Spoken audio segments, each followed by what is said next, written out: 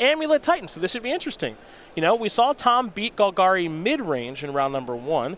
We're curious about what his matchups are against the big decks, right? Is it Phoenix, Dredge, Amulet Titan? This should be a pretty good test. And my intuition here is that I would want to be on the Amulet Titan side of this.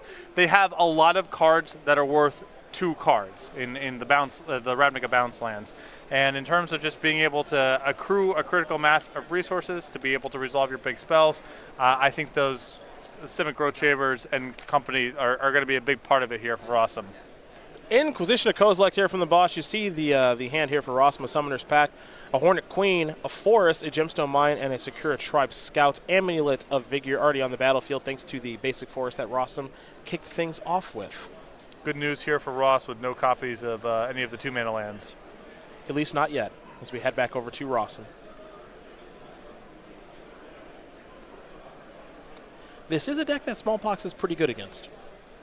Yeah, see, I was surprised by that. I assumed the 2-mana lands would do a lot of lifting here for Amulet Titan. Yeah. Ways to get enough resources that, you know, just your individual cards are worth more than 1 card is a big part of it. But Rosum here without any of those lands, so could be trouble. We have Raven's Crime there from Tom Ross and a Mutavault to follow up. Now we head back over to Rosum. Rosum picked up a copy of Colony Garden, making Smallpox a little less impactful. Again, there is a Hornet Queen in Rosum's hand. He'll play the Garden, trigger the Amulet. That will untap the Garden. A plant token will be on the way. I think it might be old Jeremy Knoll. His plant token might be arriving here on camera here in a moment. It was Elliot Raff for many years here on the SCG Tour, but Commander versus Superstar Jeremy Knoll now our plant token here on the SCG Tour. We're going to head back over to the boss. Smallpox in hand. Thoughtseize will be played. It's a Hornet Queen and a Simic Growth Chamber. So now Rosum drawing very alive to anything big. Like Primeval Titan, perhaps? Oops. That is a Summoner's Pact, which is essentially a Primeval Titan, folks. There is prime time. Tribe Scout's going to tap to put a land on the battlefield here. And the 2 land drops here will allow him to essentially float 4, plus the mana that's already in play, so Rosum can cast the Primeval Titan right now. Yep. He'll put it into play with the Sakura Tribe Scout. It'll untap with the Amulet, and then Rosum says, I'll actually pick up the Simic Growth Chamber, play that as my land for the turn. It'll enter untapped again, play that, get my 2 mana, pick up a Forest for the Simic Growth Chamber, second requirement, and now it's a Boros Garrison. Yeah. And a Slayer Stronghold. Boros Garrison will trigger. You got to pick up a land, pick up the Colony Garden. Primeval Titan will have haste. It's an 8/6. Trigger. Get a couple more lands. And I can't imagine Tom coming back from this, unfortunately for him. That's the thing. Like, once Rosum starts doing his thing here, Tom's cards just, they don't work. There's no recourse. Yeah, he started doing his thing, and Tom's cards do not work. Jonathan Rosum, with a timely top deck there of Summoner's Pact for a Primeval Titan, going to get the job done there over Tom Ross. Amulet Titan very quickly up a game here over 8-rack. Brian Gottlieb of the Game Podcast, and among many others that are very passionate about Amulet Titan here on the SCG Tour, feel like it's the best deck, and right now it looked pretty darn good there against Tom Ross as we go to the sideboards, and we'll see that Ross does have 15 cards that could help him. 1 Fatal Push, 1 Leyline of the Void, a Knight of Souls Betrayal, a Shadow of Doubts, a Surgical Extraction, a Wrench Mind. We've got 2 copies of Collective Brutality and 2 Nihil Spellbombs, another copy of Ensnaring Bridge to go along with the one in the main, Damnation Asylum Visitor, pardon me, Dark Confidant, and Death Shadow. You're an 8-rack expert. What do you like here? I like the Dark Confidant, the Asylum Visitor, the Wrench Mine, the Shadow of Doubt, the Surgical Extraction, if Ross has enough removal to get to Primeval Titan. I suppose discard can get it done too. Probably also bring in the Ensnaring Bridge. For Jonathan Awesome Rossum, who is also 4-0 here this week, and he's got 4 Path Exiles. I also see 2 Negates, along with 2 copies of Hive Mind, kicking it old school. I haven't seen that card in this deck for a long time. An Engineered Explosives, a Celestial Purge, a Pact of Negation, a Rangmanap Excavator. I also see a Reclamation Sage, Tireless Tracker, and let's not leave out old Chameleon Colossus there either, partner. I really like the 4 creatures there at the end. All of them are effective in different ways, either sources of card advantage in the Excavator or Tireless Tracker, a way to answer the rack and or Shrieking Affliction and Reclamation Sage, and then Chameleon Colossus, which is just not an easy creature for Ross to handle. He can kind of get around it because he's got small boxes that I imagine he's going to leave in and Liliana the Veil, so he's not dead to it. No, he's not dead by any means, but it is a really fast clock, and some of his measures don't work against it.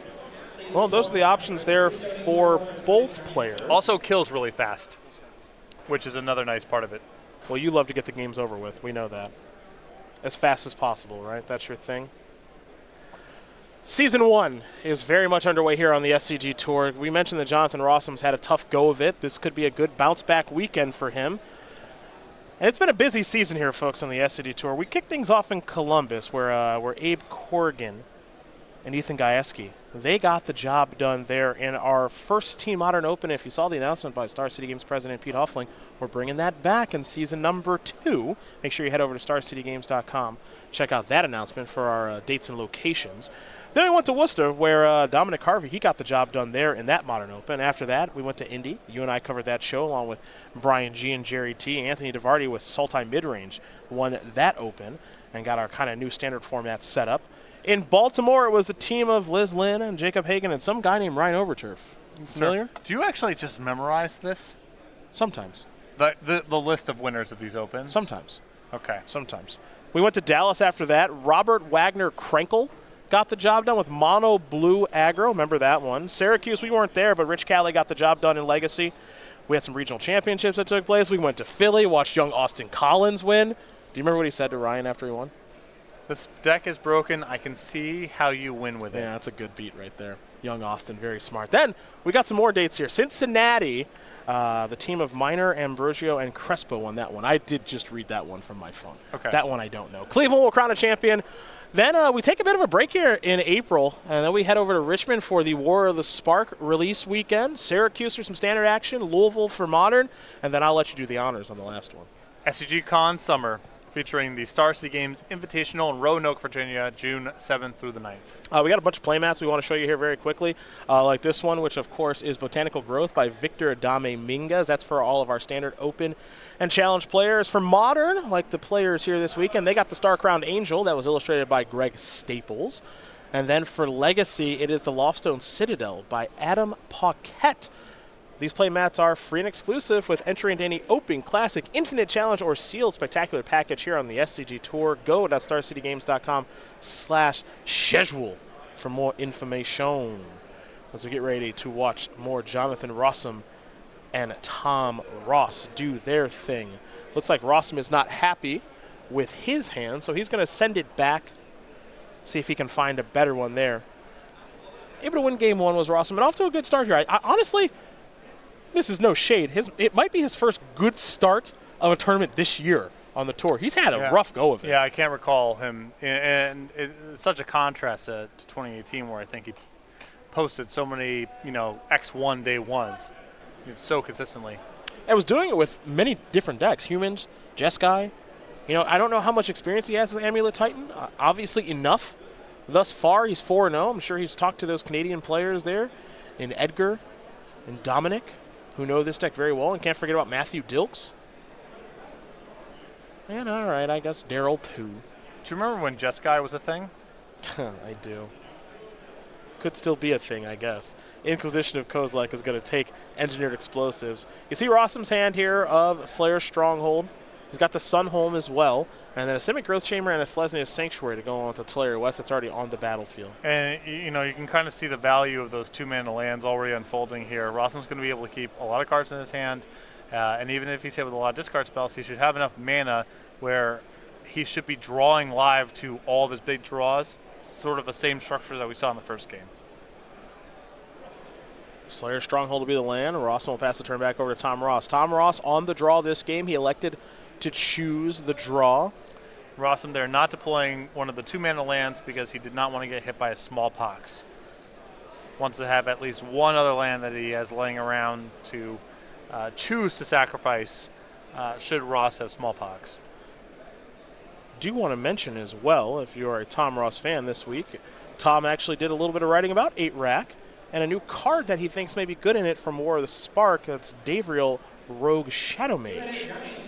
Might have some time to talk about that one this weekend as Tom does deploy Mutavault and Wrong art. Rack. Wrong art. Why is that the wrong Antiquities. art? Nah, this is totally fine. Get that off. This is totally fine. Maybe wrong border. Yeah. Get that Fugazi the rack off of my screen. There's a Field of Ruin. How many of those is Tom playing? I didn't know that was coming. One. Classic Ross. Yeah, just classic T. Ross. Cut the one Marsh Flats. Yeah. Found room for a Field of Ruin, did you, Tom? No, I'm wrong. He actually kept the Marsh Flats and added a polluted delta. Oh, yeah, well, he's got to keep them guessing. You know Right. that.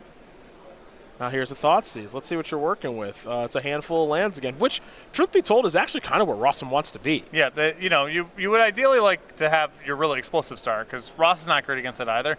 If you're not going to have that, this is kind of the next best option of a lot of land drops to make, a lot of lands that make 2 mana, and no cards in hand that are susceptible to Thoughtseize or Inquisition of Kozilek. Gemstone Mine comes down there for Rosum. We head back over to Tom Ross. He's going to play a Liliana of the Veil. So now we can get to work on these lands a little bit here if you're Tom Ross. Going to plus with the Liliana. Both players will discard. Forest there for Jonathan Rossum. Urborg there for Tom Ross. Now here's a Raven's Crime. Now we're starting to get busy on these cards in hand here that Rossum has. Sunholm is going to bite the dust. Don't have to worry about that anymore if you're Tom Ross. At least we don't think so as we head back over to Jonathan Rossum.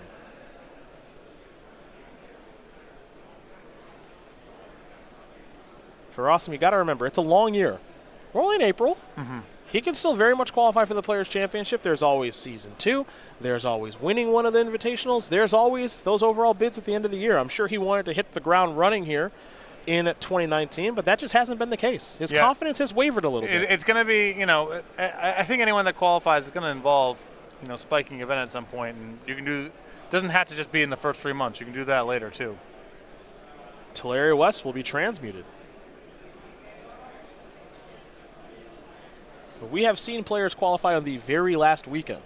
Think of Caleb Sherry, who had to win the Invitational to qualify many years ago. Beat Vidianto Wajaya in the final. So it can happen.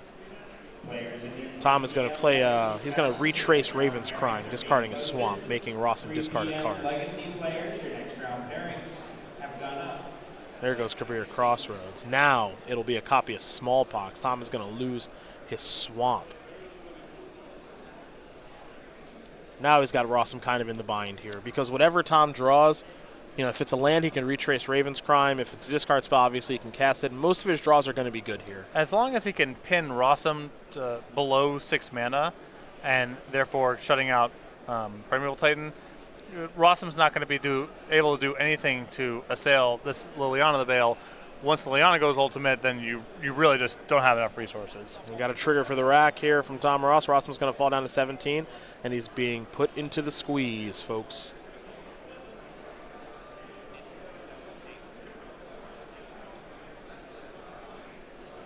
And one thing that Tom is going to get to take advantage of all weekend long, as we mentioned in the first round, is players being unfamiliar playing against him. You talked about in that first match that we watched when Tom played against Calgary midrange, perhaps Tom's opponent should have drawn in Game 3.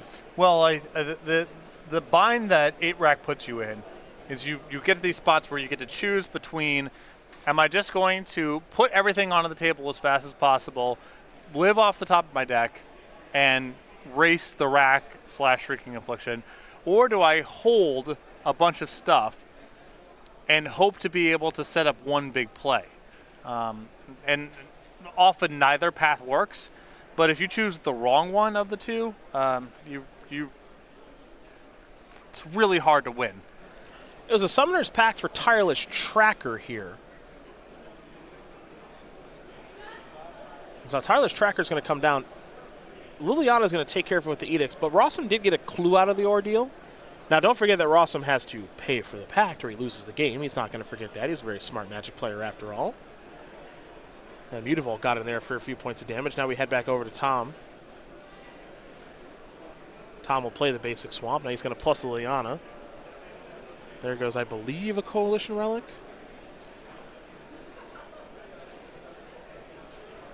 We'll get confirmation on exactly what artifact that is in the graveyard there for Rosum. All right, it is a relic. Must be different artwork. There's an amulet.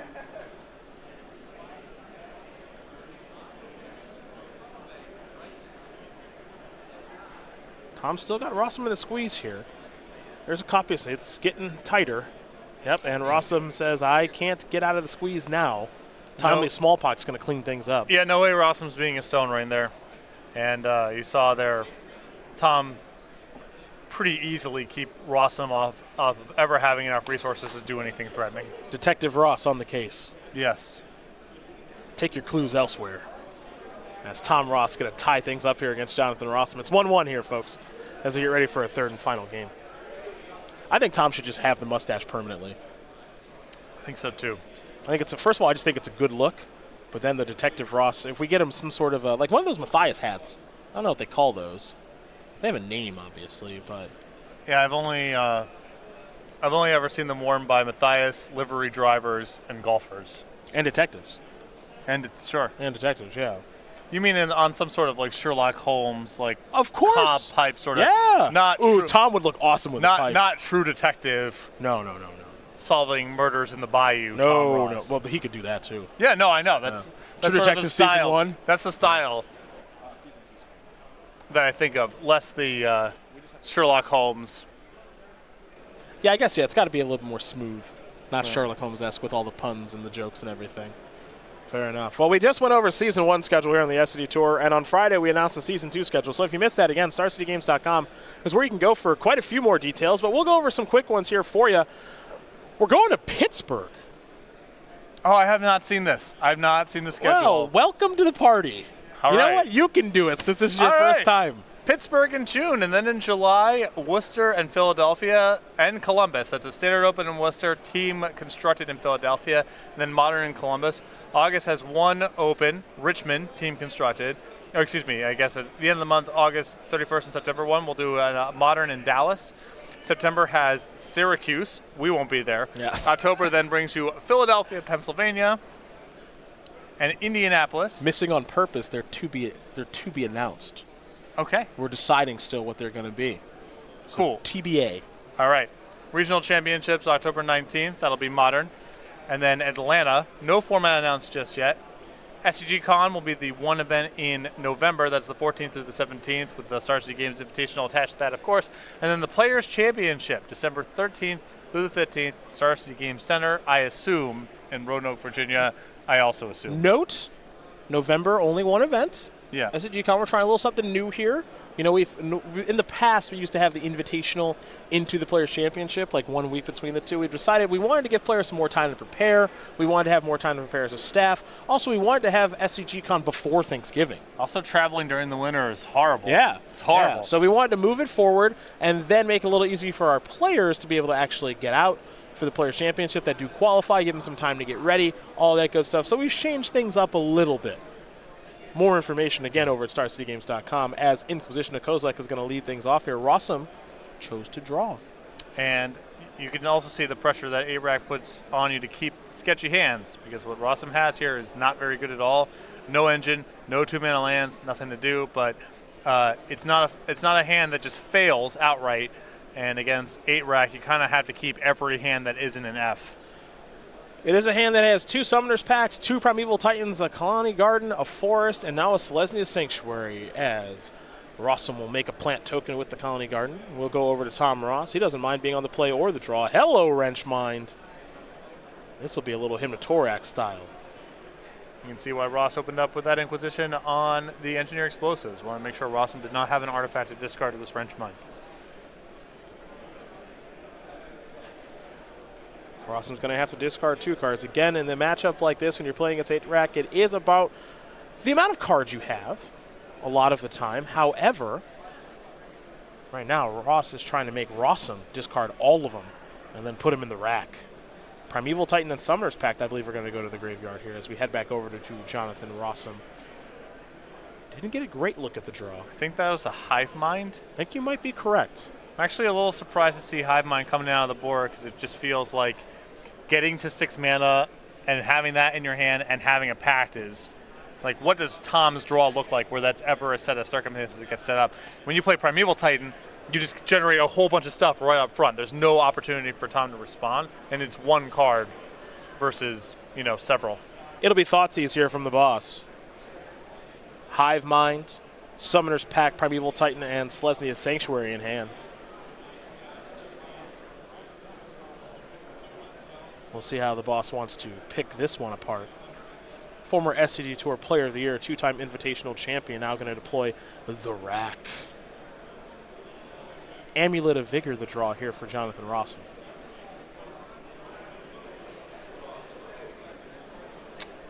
That's a pretty big spike here, potentially. Pair with the Selesnya Sanctuary.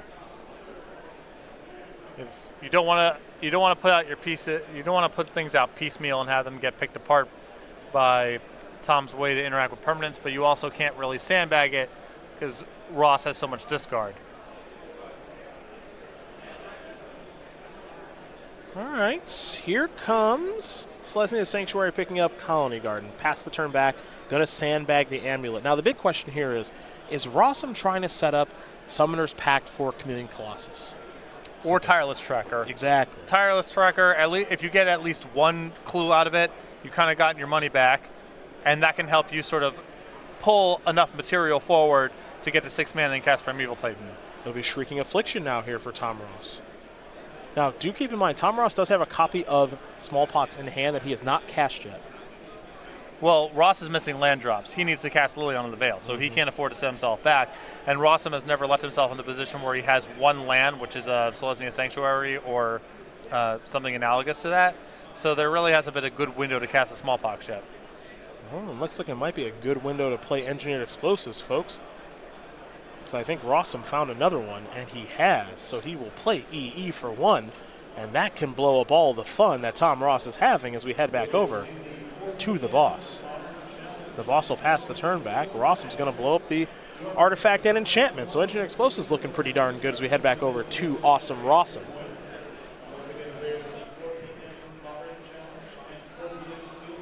He'll play a Simic Growth Chamber. He's working his way up to Primeval Titan and Hivemind quite a bit here. This looks like it might be Shrieking Affliction, and it will be. But if I've got a pretty good read on Rossum's hand, he might be able to do the old Hivemind Pact play. Yeah, he may have picked up, I believe he may have picked up Hivemind plus Path of Negation as draw steps along the way here. He's got to go to Prime Time instead. Okay. It'll be a Teleria West.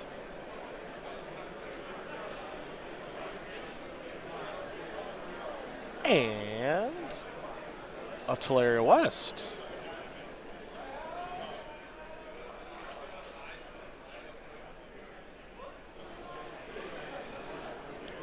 So Rosum will get those. We'll go back over to Tom Ross, who's still looking for land number 3. Okay, he's found it. Finally. Here is Ensnaring Bridge.